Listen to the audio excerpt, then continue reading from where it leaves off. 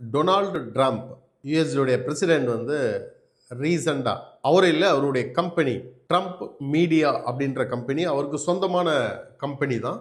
அவங்க வந்து ரீசண்டாக கிரிப்டோவில் ஒரு மிகப்பெரிய லெவலில் இன்வெஸ்ட் பண்ணியிருக்காங்க. என்ன காயின் வாங்கியிருக்காங்க அப்படின்னு சொல்லி வந்து பார்த்தீங்கன்னா சிஆர்ஓ அப்படின்ற காயின் வந்து வாங்கியிருக்காங்க. சிஆர்ஓ காயின் என்ன ப்ராஜெக்ட், அதுக்கு என்ன பேக்ரவுண்ட் அப்படின்னு சொல்லி வந்து பார்த்தீங்கன்னா சிஆர்ஓ காயின் அப்படின்றது crypto.com அப்படின்ற எக்ஸ்சேஞ்ச், சென்ட்ரலைஸ்ட் எக்ஸ்சேஞ்ச்.